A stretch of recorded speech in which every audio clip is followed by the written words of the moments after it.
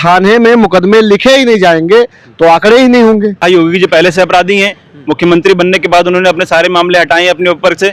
विजय हुई है हमारे योगी बाबा की, आप खुशी मनाइए क्योंकि आप उत्तर प्रदेश के वासी हैं। आपस में ये लोग कंपटीशन कर रहे हैं सारे भारतीय जनता पार्टी के मुख्यमंत्री कि किसके राज्य में सबसे ज्यादा अपराध होगा। भाजपा शासित प्रदेश हैं, ये पांचों प्रदेशों में भाजपा की कानून व्यवस्था है। पूरा देश आज दशहरा मना रहा है और रावण को जलाया जाएगा, लेकिन उत्तर प्रदेश की जो एनसीआरबी की नई रिपोर्ट आई वो कुछ आंकड़े अलग ही बयां कर रही। उत्तर प्रदेश महिला अपराध में नंबर 1 बना हुआ है। अब रावण को जलाया जा रहा है लेकिन महिलाओं की सुरक्षा की कोई बात नहीं करता, कोई चर्चा नहीं करता। जिस तरीके से अपराध हो रहे हैं महिलाओं के साथ, खास करके हमारे साथ बात करने के लिए 2 खास मेहमान है। एक सीनियर पत्रकार सुमित यादव जी हैं, उनसे भी बात करते हैं, और समाजवादी पार्टी के नेता दारा सिंह यादव, उनसे भी बात करते हैं। समझते हैं कि रावण तो हम जला रहे हैं लेकिन ये जो अपराध रुकने का नाम नहीं ले रहे। उत्तर प्रदेश महिला अपराध में लगातार दूसरी रिपोर्ट आई, नंबर 1 बना है। बताइए, आज दशहरा मना रहे हैं सब लोग, आप भी, हम भी, सभी देशवासी, लेकिन जिस तरीके से जो एनसीआरबी की जो रिपोर्ट आई उसके बारे में और क्या कहना चाहेंगे आप? देखिए, दशहरा तो मैं नहीं जानता हूँ दशहरा किस लिए मनाया जाता है, लेकिन जो एनसीआरबी का जो डेटा आया है उसमें जो डंका बजा रहे थे ये लोग झूठी झूठी खबरें, 2018 के बाद से एक तो इन लोगों ने एनसीआरबी का डेटा नहीं दिखाया क्योंकि चोरी करना जानते हैं, चोर लोग हैं। अब 2023 का डेटा अब जाके सामने आया है। 2023 के डेटा के हिसाब से जो टॉप 5 स्टेट हैं जहां महिलाओं के खिलाफ अपराध के मामले में, वो है उत्तर प्रदेश 66,381 मामले, महाराष्ट्र 47,101 मामले, राजस्थान 45,450 मामले, मध्य प्रदेश 32,342 मामले, दिल्ली 13,439 मामले। खास बात यह है कि ये पांचों प्रदेश भाजपा शासित प्रदेश हैं। ये पांचों प्रदेशों में भाजपा की कानून व्यवस्था है। ये लोग कानून व्यवस्था का डंका बजाते हैं, कहते हैं कि सबसे अच्छा अगर किसी ने प्रदेश को संभाला है तो वो भाजपा शासित राज्य हैं। खास तौर से उत्तर प्रदेश की बात ये लोग करते हैं, योगी आदित्यनाथ की बात करते हैं, कहते हैं कि अपराधी सब जेल में हैं या तो उत्तर प्रदेश छोड़ के भाग गए। उत्तर प्रदेश छोड़ के यही भाजपा शासित राज्यों में भागे हैं। देखिए, महाराष्ट्र गए हैं, राजस्थान गए हैं, मध्य प्रदेश गए, दिल्ली गए हैं, वहां जाके अपराध हो रहे हैं। यहाँ सब जगह भाजपा की सरकार है। अभी चलिए, आप कहेंगे 2023 का मामला है, तब आम आदमी पार्टी की सरकार थी दिल्ली में, लेकिन आम आदमी पार्टी की सरकार थी, लेकिन तब भी गृह मंत्रालय अमित शाह के पास है, और जो क्योंकि यूनियन टेरिटरी है, पूर्ण राज्य का दर्जा दिल्ली के पास नहीं है, तो दिल्ली की पुलिस है वो हमेशा से भारतीय जनता पार्टी के पास रही 2014 के बाद। आपका मानना है कि जो भाजपा की शासित जो राज्य उन्हीं में सबसे ज्यादा अपराध हो रहे हैं? मैं कह रहा हूँ जो टॉप 5 प्रदेश जिनका मैंने जिक्र किया, वो टॉप 5 पे भारतीय जनता पार्टी ने टॉप किया है। आपस में ये लोग कंपटीशन कर रहे हैं सारे भारतीय जनता पार्टी के मुख्यमंत्री कि किसके राज्य में सबसे ज्यादा अपराध होगा। यही कंपटीशन भारतीय जनता पार्टी के सारे मुख्यमंत्री आपस में कर रहे हैं, चाहे राजस्थान के मुख्यमंत्री हो, चाहे महाराष्ट्र के मुख्यमंत्री हो, चाहे उत्तर प्रदेश के। और इसमें विजय किसकी हुई है? विजय हुई है हमारे योगी बाबा की, आप खुशी मनाइए क्योंकि आप उत्तर प्रदेश के वासी हैं। आपके मुख्यमंत्री की जीत हुई है तो आप उत्तर प्रदेश वासी के लिए खुशी का अवसर है। मतलब बलात्कार और अपहरण जैसे हत्या मामलों में, महिलाओं के साथ सुरक्षा के मामलों में योगी आदित्यनाथ की जीत हुई है। अरे, जब कंपटीशन ही भारतीय जनता पार्टी के मुख्यमंत्री आपस में यही कर रहे हैं, आपस में कंपटीशन कर रहे हैं कि किसके राज्य में ज्यादा अपराध होगा।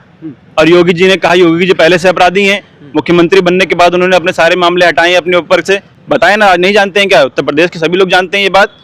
आप जो है झूठी झूठी अफवाह फैला रहे हैं कि हम लोगों ने सारे अपराध मुक्त उत्तर प्रदेश बना दिया। अपराध मुक्त उत्तर प्रदेश बनाने के लिए योगी जी ने क्या किया?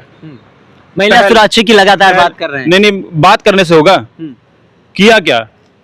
सुरक्षित किया है, सुरक्षित किया है। मैं किसी पार्टी के प्रवक्ता नहीं हूँ, लेकिन जब 2012 से 2017 में जब अखिलेश जी की सरकार थी तो महिला सुरक्षा के लिए वो 1090 लेके आए, लाए कि नहीं?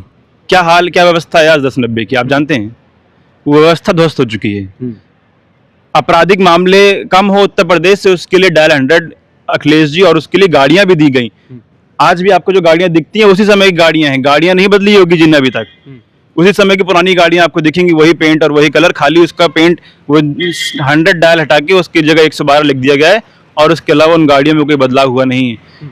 आप सिर्फ बोल देंगे, बड़े बड़े बैनर लगा देने से, बड़ी बड़ी होल्डिंग लगा देने से और प्रचार पे पूरा उत्तर प्रदेश का बजट खर्च कर देने से व्यवस्था ठीक नहीं होगी। व्यवस्था ठीक होगी जब आप उत्तर प्रदेश की पुलिस में भर्ती समय से करेंगे। लाठी खा रहे हैं पुलिस कांस्टेबल की भर्ती के लोग, दरोगा भर्ती के लोग लाठी खा रहे हैं, लाठी मारने से होगा? आप भर्ती जब समय से करेंगे पुलिस में और अच्छे लोगों की भर्ती करेंगे तब व्यवस्था ठीक होगी।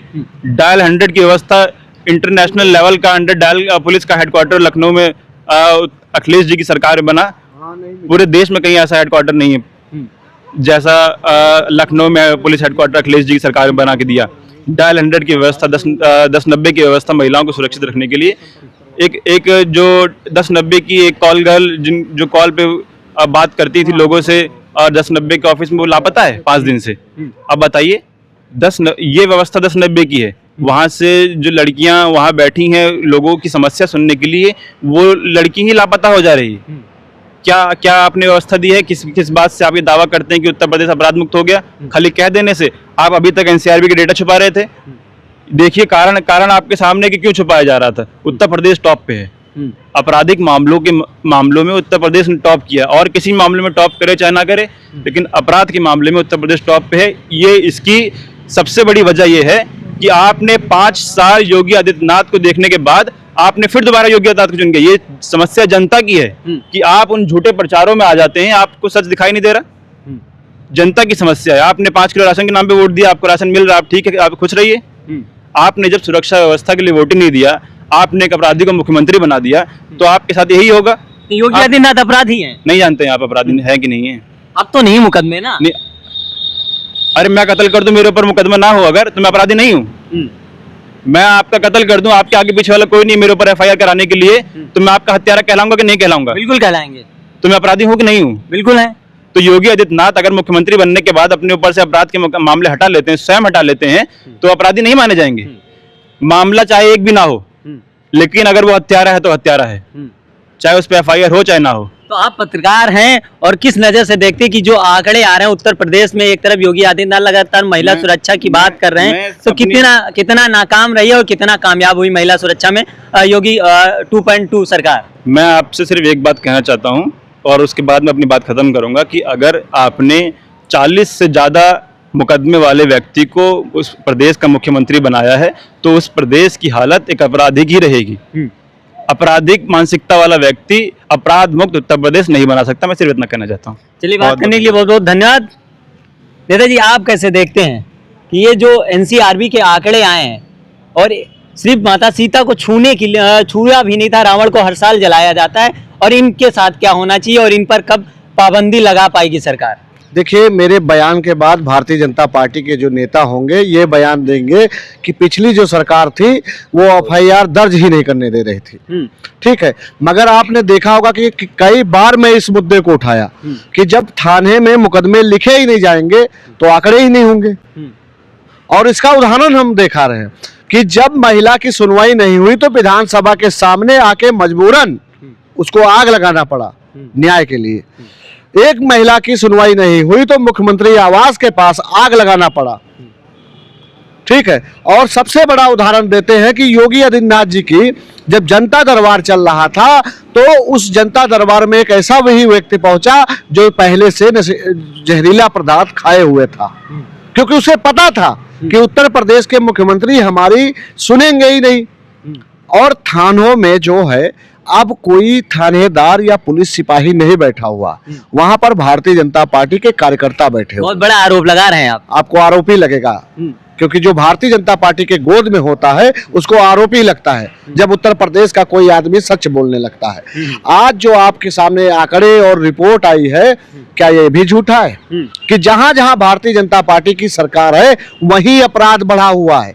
अपराधी कहीं गए नहीं है, अपराधी यही है, उत्तर प्रदेश में है, और भारतीय जनता पार्टी के उसमें है। समझ गए? नहीं, ये अपराध जो महिलाओं के साथ अपराध हो रहे हैं उत्तर प्रदेश और जो 5 सबसे राज्य हैं जो सब टॉप किए हैं, ये सब सरकार के इशारे पे ही अपराध हो रहे हैं। भाई, सरकार के इशारे पे नहीं होते। आप एक बार बता दीजिए कि जो सुविधाएं माननीय श्री अखिलेश यादव जी ने दी थी बहन बेटियों की सुरक्षा के लेकर, आप उन्हीं को सुरक्षित कर देते। आप देख लीजिए, कभी वीडियो आता है कि 100 डायल में धक्का लगाना पड़ रहा, 1090 आजकल का पता नहीं कहाँ है, जो माननीय श्री अखिलेश यादव जी ने शुरू किया था। कम से कम यही सुरक्षित रखते, इनके ही माध्यम से बहन बेटियों की सुरक्षा हो जाती। और सबसे ज्यादा अगर उत्तर प्रदेश में कोई आवाज उठाया है तो समाजवादी पार्टी और हमने, आप हमारे हर एक बयान डिबेट को देख सकते हैं, मैं बार बार यही कहता रहा कि उत्तर प्रदेश की सरकार नाकाम है कानून व्यवस्था पे। तब आप लोग कहते थे कि उत्तर प्रदेश में जीरो टैलेंट चल रहा। मुख्यमंत्री जी के बयान को ऐसे दिखाते थे जैसे लगता था कि उत्तर प्रदेश में कोई भी अपराध हो ही नहीं रहा। और इसका आप उसका अंजाम भी देखें कि कई जगह ऐसी घटनाएं हुई। और यही नहीं, कप्तान ऑफिस के सामने भी, डीएम ऑफिस के सामने भी, एसडीएम ऑफिस के सामने भी लोग आत्महत्या करने का प्रयास किया, तब जाके उनकी सुनवाई हुई है। आप देख लीजिए, जन सुनवाई ऐप चल रहा है, आप उस पर देख लीजिए जाके, सिर्फ झूठी आंखियां लगाई जा रही, झूठी आंखियां लगाई जा रही, किसी के भी समस्या का समाधान नहीं हो रहा। किसी एसडीएम के पास अगर आप शिकायत पत्र ले जा रहे हैं तो उसमें क्या है, आपका समोसा खा के उसको कागज, आपके शिकायत पत्र को फेंक दिया जाता।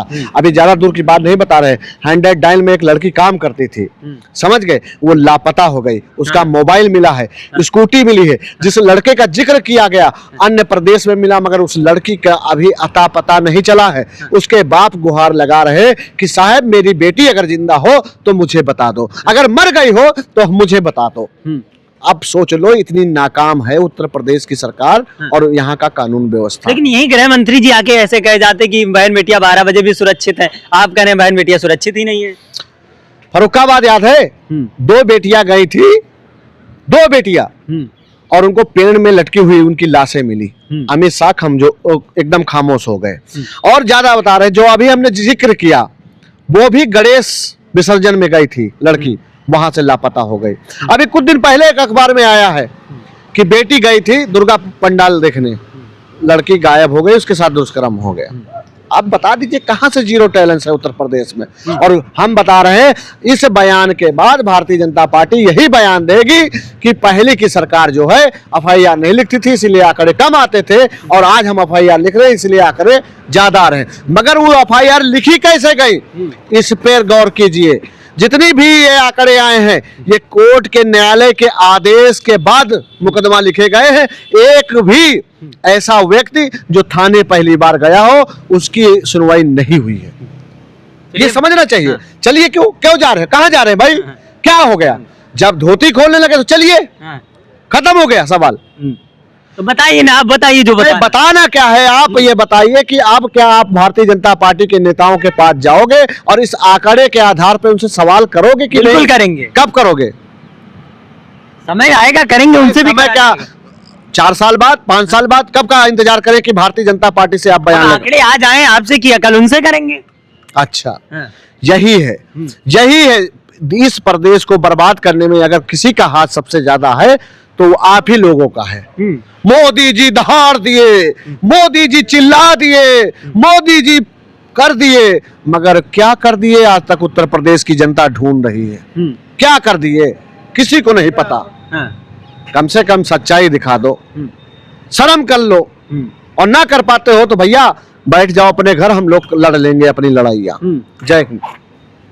एनसीआरबी के आंकड़े जो है उसको लेकर हम बात कर रहे थे। हमें भी समाजवादी पार्टी के नेता दारा सिंह यादव थे और हमारे साथी पत्रकार सुमित यादव जी थे, उनसे बात किया। उन लोगों का सीधा मानना है कि उत्तर प्रदेश नहीं, मध्य प्रदेश, महाराष्ट्र या फिर दिल्ली, राजस्थान, ये राज्य हैं जहाँ पर बीजेपी की सरकार है। आंकड़े कुछ और ही बयां कर रहे हैं, क्योंकि महिला सुरक्षा की बात भारतीय जनता पार्टी लगातार करते हैं, लेकिन जमीन पर कुछ और ही दिखाई देता है।